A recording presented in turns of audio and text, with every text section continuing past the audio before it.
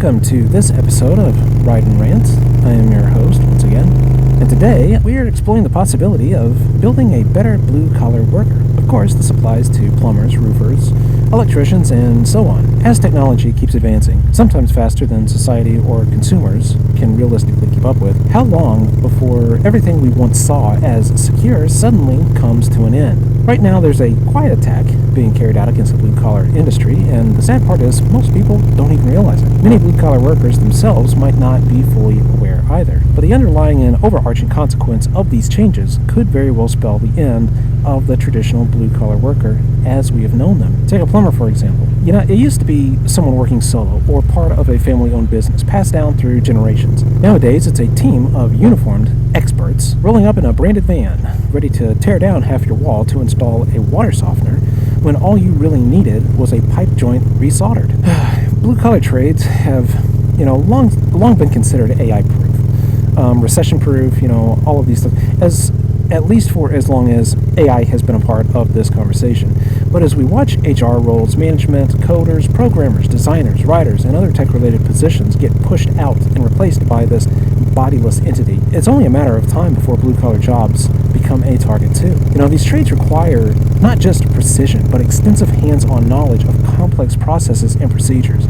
Mechanics, plumbers, electricians, just to name a few, could eventually find themselves on the receiving end of pink slips. And if that happens, once again, it'll serve as proof that no job is truly safe anymore. Not if there's someone powerful and wealthy enough to make it obsolete. It wasn't all that long ago, maybe 20, 30 years now, that early tech jobs were seen as a safe bet when choosing a college degree. As personal computers became more common in households, certified computer technicians, those who could crack open a PC tower, were seen almost like wizards. They understood that tangled mess of wires and hardware inside those shiny cases, especially when your hard drive failed or your USB ports went dead all of a sudden. This was way back before the Geek Squad even existed. Doing anything technical on a computer without YouTube meant you needed a specialist, like a surgeon, someone who knew not just the skeletal structure of a machine, but also its electrical system and software. The blue screen of death, that was a legit nightmare in the late 90s and early 2000s. It still is kind of relevant today because Microsoft, let's face it, hasn't really updated that much in the last 15, 20 years. But then you had YouTube that came along, and suddenly everyone has access to DIY repair videos. There's no more waiting days or weeks for some white shirt, black tie Best Buy employee to poke around blindly inside your machine. Many of those early tech guys moved on, anyway, to companies like Dell or IBM, somewhere that their skills could still be challenged. But this cycle isn't new. Every generation has seen it. Before typewriters, you had scribes taking live dictation with perfect penmanship.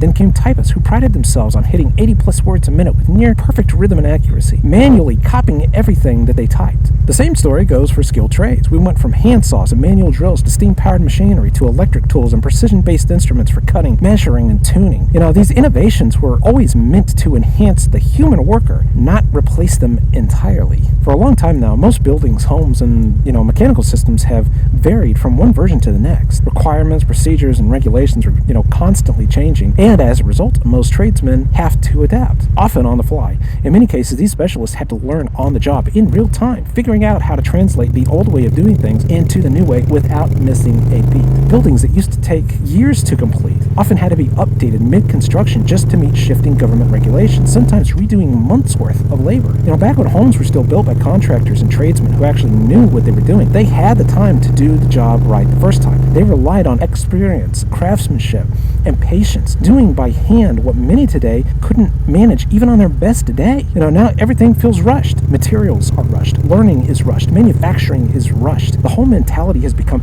get it done fast. Grab the check and get out before the customer sees how shoddy the work is and asks for a refund or worse, sues them. Even vehicle maintenance has gone the same route. I've seen it firsthand. Mechanics today don't often show the same care or consideration for the longevity of a well-maintained machine. But then again, there's no money in providing a lasting solution, only in keeping the problem coming back. We even see that in the healthcare field. Back 40, 50 years ago, no two floor plans were exactly the same. There weren't any computers to draft building schematics. Everything was drawn by hand by people who understood honorable building practices and relied on common sense for safety. Houses were built to last because people didn't move every 2 to 5 years like they do now. Most folks wanted a home that they could get married in, raise a family in, and if they were lucky enough, pass away in, surrounded by their loved ones. Sadly, that vision has been fading over the past couple of decades. Jobs don't even last as long. Salaries fluctuate, and housing has become more of a financial game than a lifelong investment. If you're a part of the millennial, Gen Z, or Alpha generations, there's a good chance you might never be able to afford a home at all, especially not on what most people in those age groups are making now. Salaries have not kept up with the cost of living, and that really should be a requirement.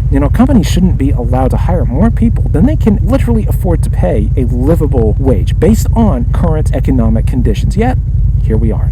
I remember, as an elder millennial myself, when most things you bought could be opened up with just a screw or two on the back. There'd be a panel, whether it was an appliance, a piece of furniture, an electronic toy, or anything else. If you were even slightly handy, you could do your own maintenance or basic repairs. That was still a time when manufacturers knew their products had flaws, but they at least gave you access to fix them. Now, not only are the flaws still built in, but they're sealed up and they're glued shut, so you can't even try to repair them without voiding the warranty. And of course, most of these items just so happen to start failing conveniently after that warranty expires. Laptops, phones, tablets, everything now is designed so you have to be a certified technician by that manufacturer to even open them. Not necessarily skilled, just certified. You've got security screws, heat-activated glue, and breakable plastic tabs that make sure that if you try to fix it yourself, you'll probably destroy it in the process. And then, of course, it's, oh, well, guess I'll just have to get the new model. Now, back in the early 2000s, even Apple laptops still came with removable batteries that you could recharge. You could buy a spare, keep it charged, and just pop it in when the original ran low. You could even upgrade your own RAM cards back then. Imagine that.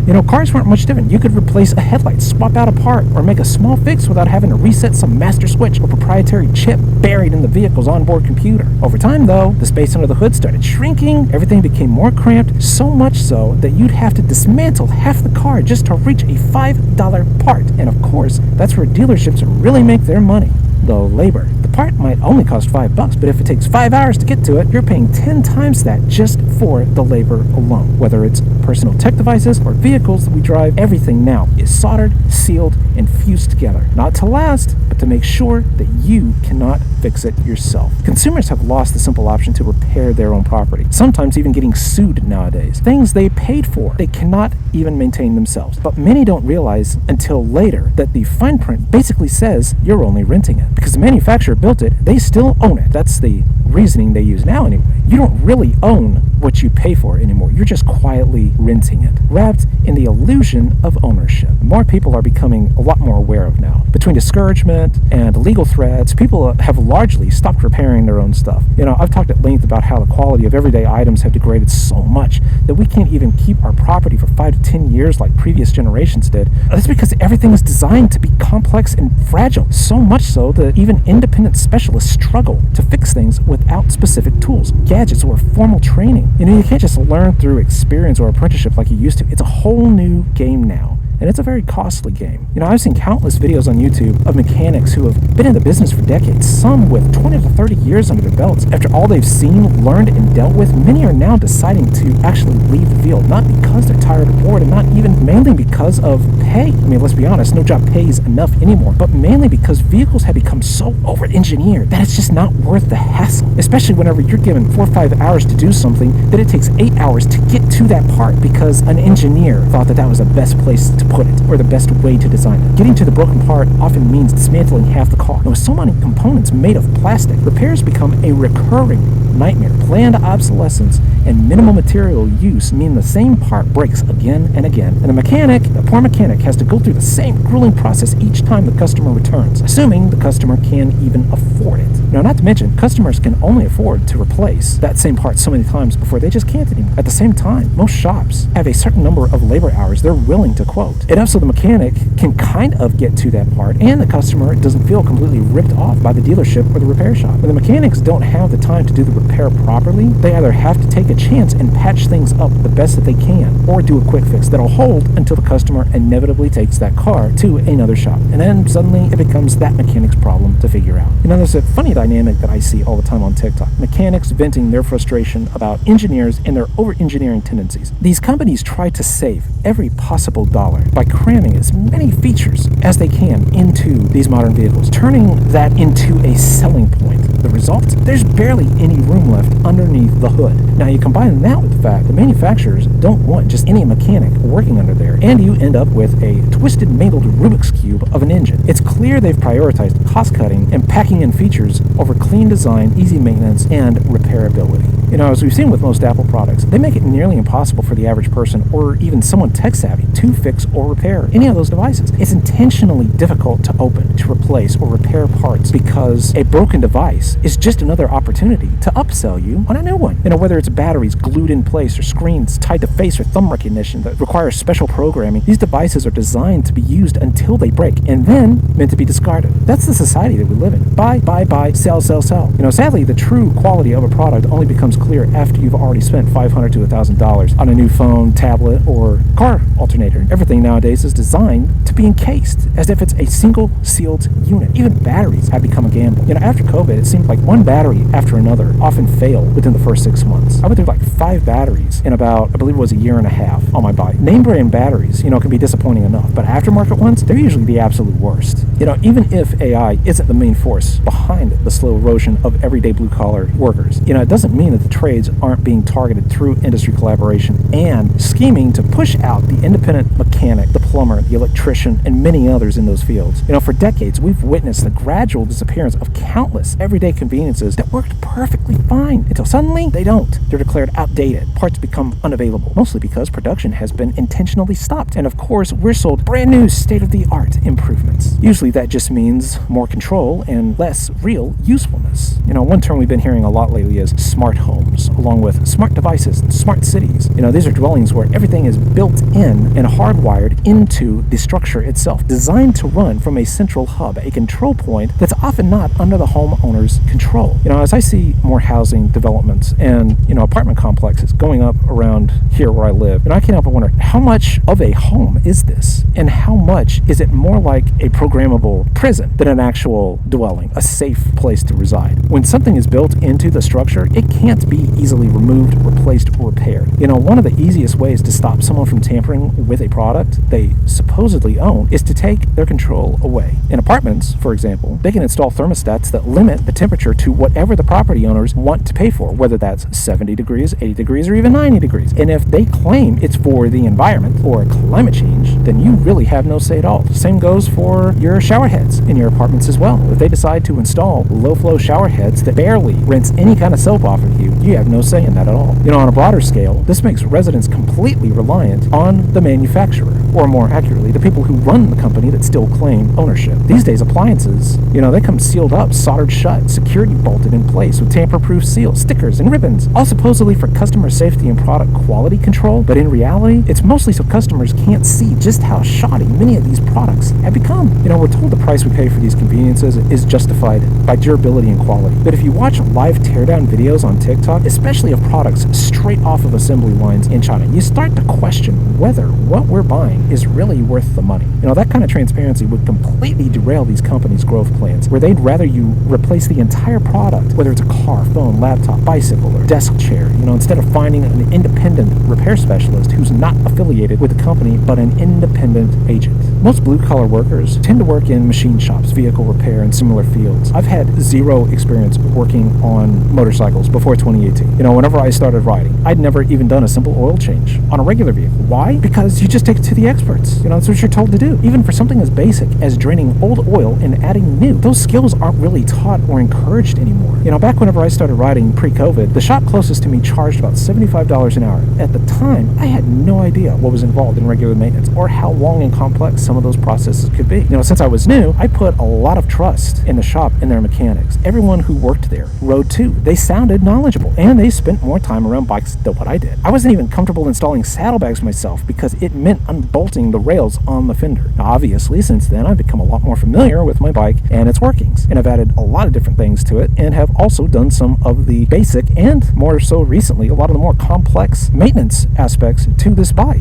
However, during COVID, I started noticing, prices going up every 3 months from 75 to 95, then 110, 120, 130, and 140, all within a few months. Two things became very clear to me. One, there was way too much turnover during this period of time. Between COVID layoffs, parts delays, and a general decline in customer service, I started noticing issues like my bike coming back dirty, bolts and tubes left loose, and electrical wiring disconnected, almost as if they were rushing to get through the work, to fit it into whatever the time was quoted to me. And two, those labor rates, there is no way the business wasn't pocketing most of the money while claiming to have the best mechanics around, because what I saw was the exact opposite. There was only one guy there, a service tech who really knew bikes, the brand's history, the models, and what worked and what didn't. I trusted him with every aspect of my bike. You know what happened to him? That business restructured, they moved him to the sales floor, and then shoved him into the parts department. That's how quality mechanics get treated now, because once again, companies and corporate don't want solutions. The problem is far more profitable. Every time I got the work order to sign off on, the parts themselves cost less than the labor charged for their 20-year tech experts. Simple tasks, like draining oil or checking the brake pads or inspecting the spark plugs, most of which I bet were just visual checks, not actually measured to OEM specs, which are very specific. As blue-collar service starts to waver, where are the younger generations turning? And of course, if you guessed YouTube, Facebook, and online forums, you'd be correct. Now, millennials are the social media generation. And when we couldn't find a human who knew the answer or could explain it, these platforms became our go-to source for information. The funny thing is, there are so many mechanics, craftsmen, and tradesmen sharing their knowledge on YouTube now. Whether it's plumbing, electrical work, construction, machinery, you name it, there's a channel for it. If you can't trust the service you're paying for, at least you can find a reliable source for free. Building on the point that blue-collar services have become expensive while quality has dropped, more people are turning into DIYers. If someone on YouTube can do it, then so can they. For many, it's no longer just a hobby, it's a necessity. The only limitation now is time versus money, and in today's economy, people are weighing that balance more seriously than ever. This new DIY approach has become more of a survival strategy than anything else. It's not about, I'll learn this because it's good to know or because I've always wanted to. No. It's because the alternatives we've relied on for years have slowly priced themselves out of reach. Like I've mentioned in previous rants, I see people turning to older model cars, vehicles less likely to break down and require expensive repairs within the first few weeks of ownership, because many simply can't afford this lifestyle we have been pushed into anymore. One evening, after the last time that I took my bike to the shop, I hadn't refilled the tank, so I pulled into a gas station and started filling it up, watching the numbers on the pump and stopping as I saw it getting close to full. This bike does not have a fuel gauge on it. I have to use a trip meter to know when I'm getting close to being on empty. It does have an empty warning light, but most of the time you use the trip meter. So because the fuel tank sits right above a hot engine, the pressure inside can sometimes make it seem full when it really just needs to stabilize the air and the fuel in the tank. So I kept topping it off, stopping and filling again, and I realized I was putting more fuel into the tank than I knew it could actually hold. It wasn't completely empty, and the tank holds about 3.7 gallons, but I was getting close to 4. So I just went ahead and I hung up the nozzle and started to leave. That's when I noticed a strong fuel smell as I backed up. Now, of course, a little smell is normal at the gas station, but then I saw a massive fuel stain on the ground underneath the bike. Turns out, whoever it was that had reinstalled gas tank, they had not reconnected the overflow vent tube beneath the tank. Fuel was spilling out as I filled it up, dripping onto the battery cover and the hot exhaust. It would have kept spilling until either the tank ran dry or the fuel leveled below the vent. As I was trying to desperately reconnect this hose, that's whenever I actually realized, even with beginner mistakes, the money that I would save doing my own work could go toward literally any repairs I'd have to make. Plus, I'd gain the experience and learn what not to do the next time, because obviously I was already fixing this person's mistake.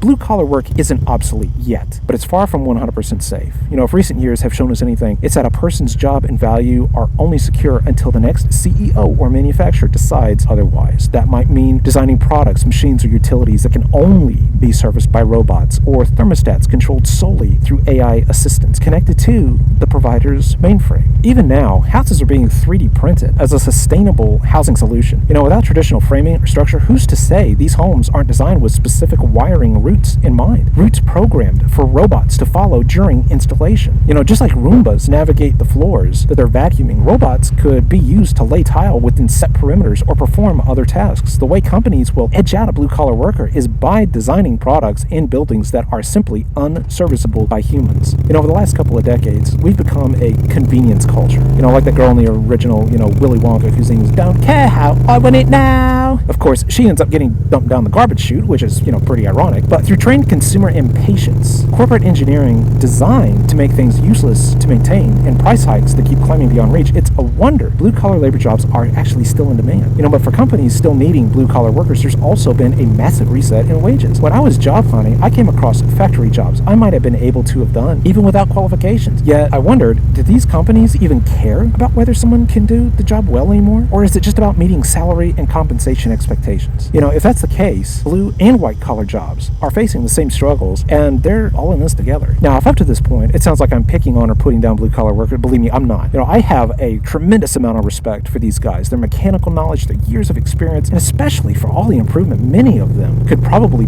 point out to help companies improve their products, repairability, and overall quality. Not that those companies would listen. Having worked more and more on my own bike, a very complex machine, I'm constantly amazed by the mechanics of the machine itself, how everything fits so perfectly together like a very elaborate puzzle. The precision of so many parts is incredible. If the timing of one thing is even off slightly, it can throw everything else out of sync. And nowadays, if something goes wrong and it's not visibly damaged, the first thing mechanics do is hook it up to a diagnostic machine and see what it literally tells them. Now, the bottom line is this, as so many blue-collar workers are either priced out of their trades or replaced, whether by machines or younger mechanics who lack the hands-on experience and extensive training needed for today's increasingly complex equipment, how much more dangerous does it become to use all of these devices, utilities, appliances, or vehicles? Without proper care, there is a real risk of things breaking down, causing physical harm, starting fires, or even worse. The quality of blue-collar services being slowly sabotaged and undermined by rising prices and declining results. And corporations, they're only focused on moving product, not on sustaining their customers, whether through their own efforts or via skilled repair professionals. How long before we go back to the days when we'd rather accept inexperience with caution than trust a careless, self-proclaimed professional decked out in a fancy matching company uniform and a name badge? I do feel for the real professionals, those who have spent decades mastering their trade only to be replaced by the very technology they once repaired. Nowadays, if they didn't mind being replaced by robots or AI, the harsh reality is they probably can't even afford to. I'm sure that a lot of people wouldn't mind buying the same thing every 6 months, if that's what it took. But at this rate, the only way we're going to be free of those obligations is when we're all